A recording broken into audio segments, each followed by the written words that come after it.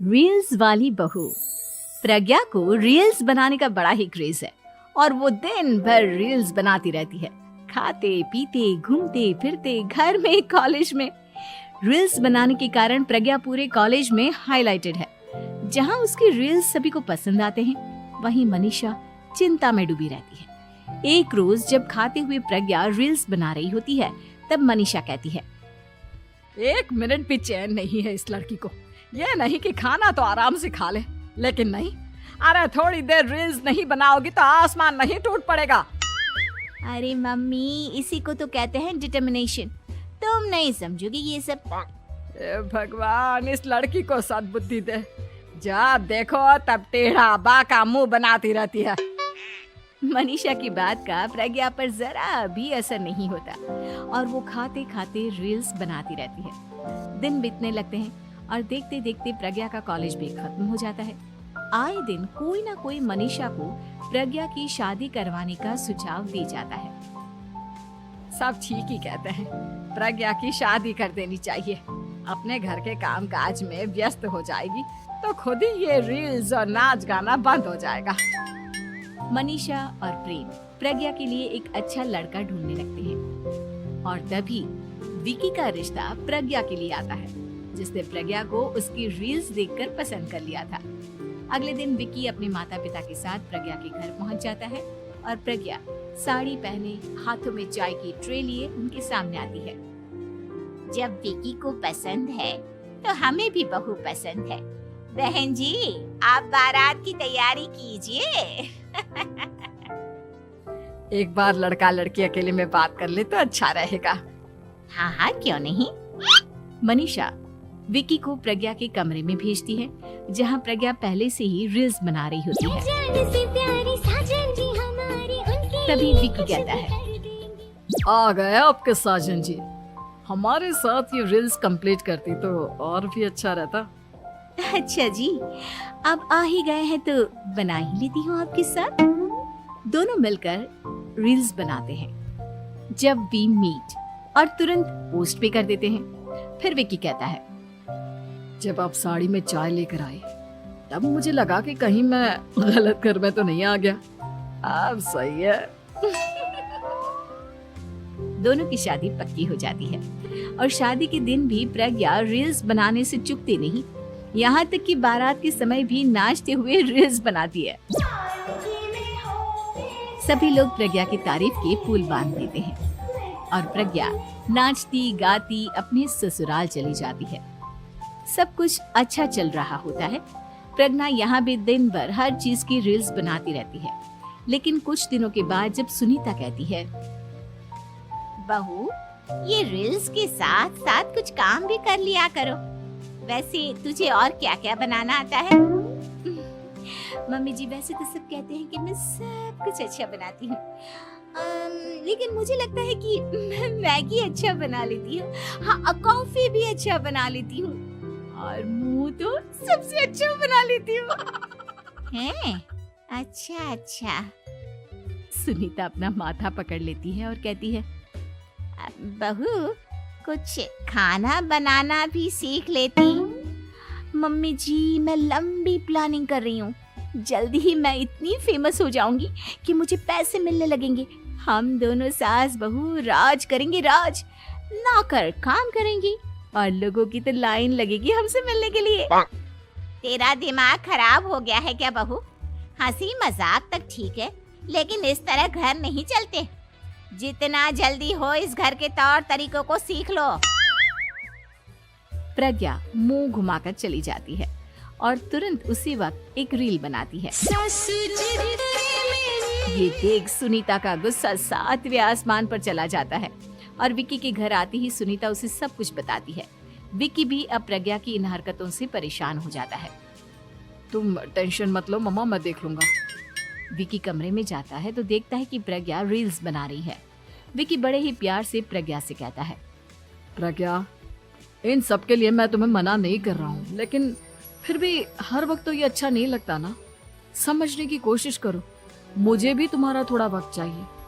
मैं जब ऑफिस से आता हूँ तो मुझे समय देने की जगह इसी में लगी रहती है। तुम ज्यादा ही सोच रहे हो। तुम भी मेरे साथ रील्स बनाओ ना, तुम्हें भी बहुत अच्छा लगेगा। तुम्हें इज्जत से कोई बात समझ में नहीं आती क्या? दिमाग खराब हो गया है तुम्हारा इस चकाचौंध से। अगर तुमने अपना रवैया नहीं बदला तो मैं तुमसे दूर चला जाऊंगा। तुम ही रिश्ता लेकर आए थे, मुझे लड़कों की कमी नहीं थी और ना आज है। विकी दरवाजा पटक कर चला जाता है। धीरे धीरे विकी प्रज्ञा से दूर होता जाता है। एक रोज मनीषा प्रज्ञा के ससुराल उससे मिलने जाती है। तब सुनीता उससे कहती है, बहन जी, अब आई हैं तो कुछ दिन यहाँ रहकर जाइएगा, आप ही का घर है। हाँ मम्मी, बहुत दिन हो गए तुम्हारे साथ एक भी रील नहीं बनाई मैंने। प्रज्ञा तुरंत अपने फोन में रील्स ऑन कर लेती है। ये सब मुझसे नहीं होता। तेरा ये भूत अभी तक नहीं उतरा क्या? बहन जी, आप कुछ कहती नहीं क्या इसे? जब आप ही कुछ नहीं कर पाई तो मैं कर ही क्या सकती हूँ। सास तो वैसी ही बदनाम है। शाम को घर की लाइट चली जाती है और मनीषा प्रज्ञा से कहती है, मेरे घुटनों में बहुत दर्द हो रहा है, तू लाइट का कुछ इंतजाम करना बेटा। अच्छा, कैंडल जला देती हूँ मम्मा। प्रज्ञा गाते हुए कैंडल जलाती है और खिड़की के पर्दे के पास रख देती है। मनीषा, जिसे बहुत दर्द हो रहा है, वो सो जाती है और प्रज्ञा हमेशा की तरह अपने रील्स में लग जाती है। उधर कैंडल की वजह से पर्दा आग पकड़ लेता है और मनीषा के कमरे में आग लग जाती है। बचाओ, कोई है, बचाओ। सभी भागते हैं और विकी कमरे की आग बुझाने में लग जाता है, लेकिन तब तक मनीषा आधी जल चुकी थी। मनीषा की हालत देख प्रज्ञा रोने लगती है। विकी मनीषा को तुरंत हॉस्पिटल ले जाता है और उसे एडमिट कराता है। विकी प्रज्ञा से कहता है, देख लिया ना, तुम्हारे इस नाच गाने की वजह से आज तुम्हारी माँ की जान जाते जाते रह गई। अब पता नहीं तुम और क्या चाहती हो। उधर डॉक्टर कहते हैं, इनकी हालत बहुत नाजुक है, आधे से ज्यादा जल चुकी है। प्रज्ञा रोती हुई मंदिर में जाती है और भगवान के आगे जाकर कहती है, भगवान, मेरी माँ को ठीक कर दो। मैं कसम खाती हूँ हाथ से ये रील्स बनाना छोड़ दूंगी। बस मुझे मेरी माँ वापस मिल जाए। 2 दिन बीत जाते हैं और मनीषा खतरे से बाहर आ जाती है। पेशेंट अब ठीक है, आप लोग उनसे मिल सकते हो। सब कोई मनीषा से मिलता है और प्रज्ञा सबके सामने अपना फोन तोड़ देती है। मुझे माफ कर दो मम्मा, मैंने तुम लोगों की बातों को नजरअंदाज किया। बेटा, कोई भी चीज जरूरत से ज्यादा खराब है। मैंने तुम्हें रील्स बनाने से कभी मना नहीं किया, लेकिन हर वक्त एक ही चीज तो सही नहीं है। मैं समझ गई हूँ मम्मा, आई एम सॉरी। प्रज्ञा उस दिन से रील्स बनाना छोड़ देती है और पूरी तरह से अपने घर में लग जाती है। अरे भाग्यवान, मेरे जूते कहाँ रखे हैं? मुझे बाहर जाने में देर हो रही है।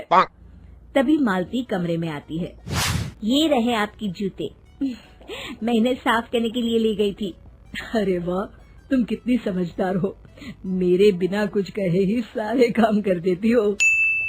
तभी मालती झिझकते हुए रमेश से कहती है, सुनिए जी, आपसे एक बात कहूँ, बुरा तो नहीं मानेंगे ना? अरे नहीं नहीं, बेफिक्र होकर कहो। शादी से पहले मैं अपने मायके में नौकरी करती थी। मैं चाहती हूँ कि अब मैं फिर से नौकरी करना शुरू कर दूँ। वैसे भी सारा दिन घर में बोर हो जाती हूँ। देखो मालती, तुम्हारे नौकरी करने से मुझे कोई ऐतराज नहीं है, लेकिन तुम्हें एक बात बता दूं, हमारे खानदान में आज तक कभी किसी औरत ने नौकरी नहीं की। फिर भी एक बार तुम माँ से पूछ कर देखो, अगर वो तुम्हें नौकरी करने की इजाजत दे देती है तो अच्छी बात है। रमेश वहाँ से चला जाता है। फिर उसी शाम मालती अपनी सास के पैर दबा रही होती है। तभी उसकी सास मालती से कहती है, अरे क्या बात है बहू, आज तो ठीक तरह से मेरे पैर नहीं दबा रही, किसी ख्याल में खोई पड़ी है क्या? मैं भी तो जानूं आखिर बात क्या है। दरअसल वो माँ जी। अरे हाँ हाँ बोलो, इतना सोच क्यों रही हो? माँ जी, अगर आप बुरा न माने तो मैं नौकरी करना चाहती हूँ। घर के काम करने के बाद मेरे पास काफी वक्त बच जाता है।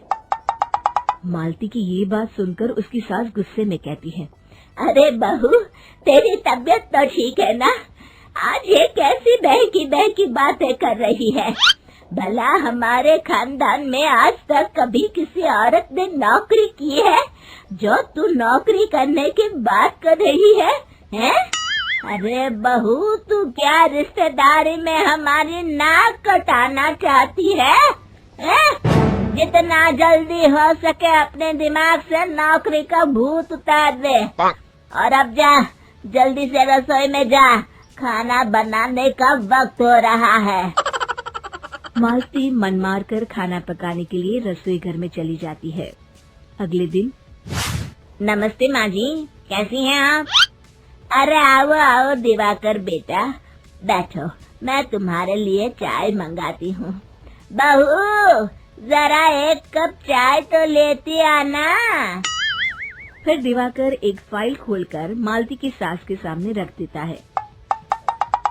ये देखिए माँ जी, ये है पिछले महीने का हिसाब और ये रहे मुनाफे के रुपए। एक बार हिसाब देख लीजिए और इन कागजों पर अपने दस्तखत कर दीजिए। अरे दिवाकर बेटा, मैंने भला आज तक कभी तेरा हिसाब देखा है जो अब देखूंगी? ला बता, कहाँ दस्तखत करूं? तभी मालती चाय लेकर वहाँ आ जाती है और अपनी सास को बिना कागजातों को पढ़े इस तरह लापरवाही से दस्तखत करते हुए देखकर हैरान रह जाती है। अच्छा माँ जी, अब मैं चलता हूँ, फैक्ट्री में बहुत काम है। फिर दिवाकर वहाँ से चला जाता है। कुछ दिनों बाद मालती बाजार में कुछ सामान खरीद रही होती है। तभी एक बूढ़ा आदमी उसे आवाज देता है। अरे मालती बेटी, कैसी हो? मुझे पहचाना? मैं तुम्हारी कंपनी में मुनीम का काम करता हूँ। हाँ चाचा जी, मैं आपको बिल्कुल पहचानती हूँ। कहिए, कैसे हैं आप? मैं तो ठीक हूँ। कंपनी में कुछ भी ठीक नहीं चल रहा, यहाँ तक कि हमें ठीक वक्त पर तनख्वाह भी नहीं मिलती। ये आप क्या कह रहे हैं? अब क्या बताऊँ, आप लोग तो कभी हिसाब किताब देखने दफ्तर आते नहीं। मेरी मानो तो एक बार आप लोग दफ्तर आकर सारा हिसाब किताब देख लो, आपको असलियत पता चल जाएगी। अच्छा बेटी, अब मैं चलता हूँ, देर हो रही है। फिर वो बूढ़ा वहाँ से चला जाता है। वहीं दूसरी तरफ मालती घर पहुंचकर अपनी सास को सारी बात बताती है। तभी वहाँ रमेश भी आ जाता है, लेकिन मालती की सास मालती की किसी भी बात पर विश्वास नहीं करती। तभी रमेश कहता है, अरे माँ, बिना आग के कभी धुआं नहीं उठता। जब मालती इतना कह रही है तो हमें एक बार दफ्तर चलकर देख लेना चाहिए। वैसे भी हम लोग काफी दिन से अपने दफ्तर नहीं गए हैं। इस तरह किसी एक आदमी के भरोसे काम छोड़ना मुझे भी ठीक नहीं लगता। अगले दिन वे सभी अपने दफ्तर पहुंचते हैं और सीधे दिवाकर के कैबिन में जाते हैं। अचानक सबको एक साथ देखकर दिवाकर चौंक जाता है। अरे माँ जी, आप सब लोग अचानक यहाँ कैसे आ गए? अगर कुछ काम था तो मुझे एक फोन कर दिया होता, मैं आपके घर आ जाता। तभी मालती की सास कहती है, अरे दिवाकर बेटा, आज मैं हिसाब देखने दफ्तर आई हूँ, जरा मुझे पिछले 6 महीनों का हिसाब दिखाना तो बेटा। दिवाकर घबराते हुए हिसाब की फाइल मालती की सास को देता है। मालती की सास फाइल लेकर मालती को देती है और कहती है, ले बहू, देख ले हिसाब। मालती फाइल को बड़े गौर से देखती है और अगले ही पल उसे सारी गड़बड़ी समझ में आ जाती है। वो अपनी सास से कहती है, माँ जी, मुनीम चाचा बिल्कुल सही कह रहे थे। हमारी कंपनी में पिछले 6 महीनों में जितना मुनाफा हुआ है, हमें उसका आधा पैसा भी नहीं मिला। यूँ समझ लीजिए कि 1 रुपये में सिर्फ चवन्नी ही हमारे हाथों में आई है। मालती की बातें सुनकर मालती की सास गुस्से से दिवाकर को पूछती है, क्यों दिवाकर, मेरी बहू जो कह रही है वो सच है? दिवाकर समझ जाता है आज उसका भांडा फूट चुका है। वो गिड़गिड़ाते हुए कहता है, मुझे माफ कर दीजिए माँ जी, मैं पैसों के लालच में अंधा हो गया था।